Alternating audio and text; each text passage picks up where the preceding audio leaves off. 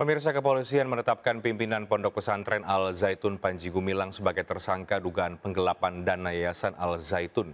Dengan menggunakan 5 nama berbeda, Panji Gumilang memperoleh pinjaman untuk yayasan senilai ratusan miliar rupiah yang ternyata digunakan untuk kepentingan pribadi. Kerugian atas tindak pidana pencucian uang itu mencapai 1,1 triliun rupiah.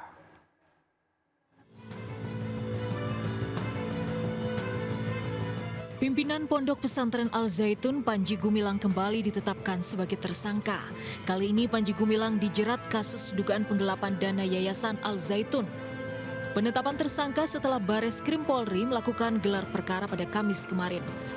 Dalam penyelidikan terungkap bahwa pada 2019, Panji Gumilang menerima dana pinjaman untuk yayasan sebesar 73 miliar dari Bank Trust yang masuk rekening pribadi.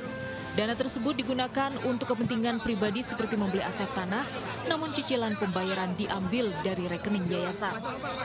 Penelusuran lain juga mendapati transaksi dana sebesar 900 miliar rupiah masuk ke rekening Bank Mandiri milik Panji Gumilang. Untuk melakukan ribuan transaksi pencucian uang tersebut, Panji Gumilang menggunakan 5 nama berbeda.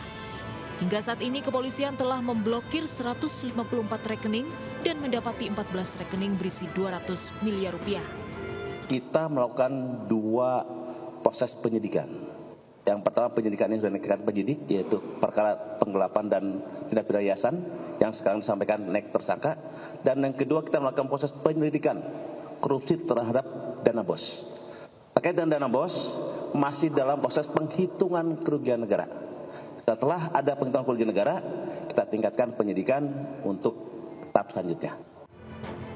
Dalam kasus penggelapan dana yayasan, penyidik mendapati kerugian sebesar 1,1 triliun rupiah.